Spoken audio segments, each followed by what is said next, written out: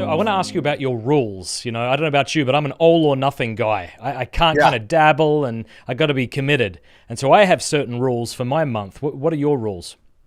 Yeah. So, last year, actually, it was very easy to be off the grid because I'm in Los Angeles. Obviously, we're still in the COVID situation and everything was pretty much locked down. So there was nowhere to go. So I was pretty much in my house. We had put my phone and my iPad and my computer in a safe, and I didn't even have the combo to the safe. Yeah. Truth be told, we do have an emergency list of things that we can be reached out to. So, if somebody in my family had died or there was a medical emergency, there was a way that someone could get in touch with my assistant, and then that was going to get to me. So I think you have to do that. If you're going off the grid, you're not doing it at the expense of what your entire life is and your family and all that. So I had a very short list of if there were really it was all family, medical or health type emergencies on that front. Beyond that, the rules, there's not much. Well, for example, you said no TV, no newspapers. That's different to what I do.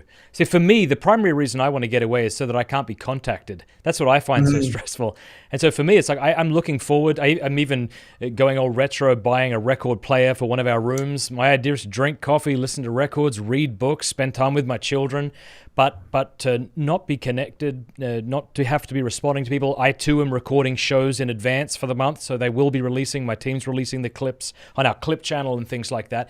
But I'm not as committed to not watching television. For example, if my kids want to watch a show, I don't actually love television, so it's not much of a addiction for me. But for me, the main thing is just it's the internet. So, and like you said with your putting it in a safe. I don't trust myself, so I'm actually going to be giving my stuff away. I'm giving my phone away to a friend. Don't give this to me until the 1st of August because I know I'm weak. That has disaster written all over it. 1st of September, I should say. Yeah, don't give him your password, but otherwise you should be okay.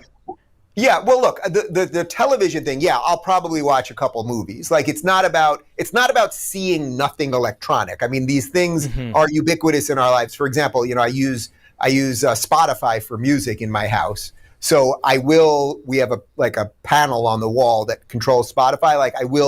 It's not going to be armed with anything else. It allows me to, turn on the air conditioning and play music. I will touch that thing. We'll probably watch a couple movies.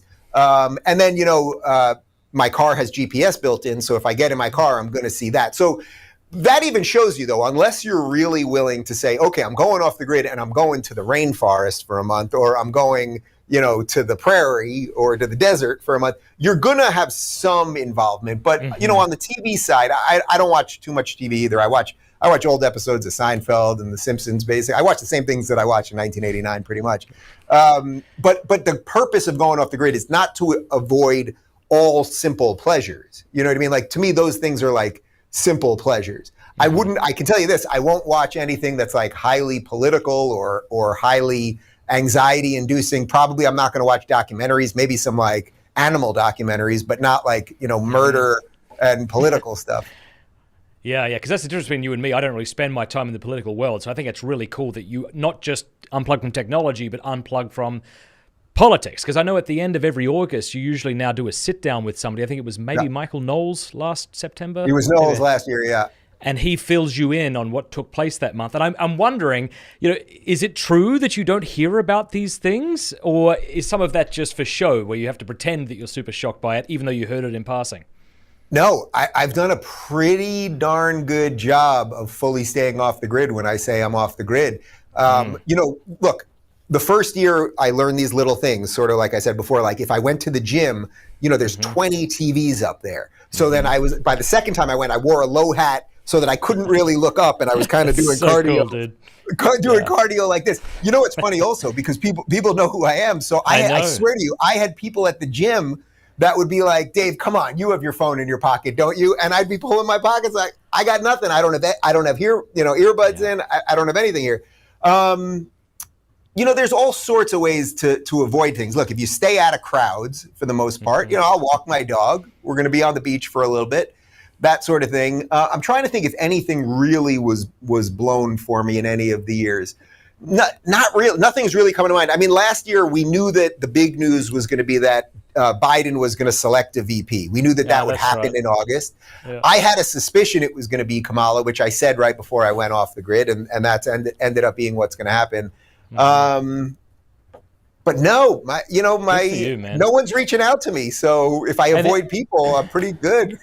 And in your experience of these 5 years, does your resolve begin to wane in the middle or towards the end of the month, or do you find that you're pretty strong throughout? That's a good question, because I'm sure you know this too. Like the first couple days, there's a little bit of weirdness. No matter how many times you do it, there's this just strange, like, where's my phone? Phantom buzzing in my pocket. Like, but what if something happened today? Like, like, man, the big thing it could happen today. There's a little bit of that. And then I would say by day 5 or so, I kind of hit my stride. And then I'd say those middle 2 weeks are just pure absolute joy.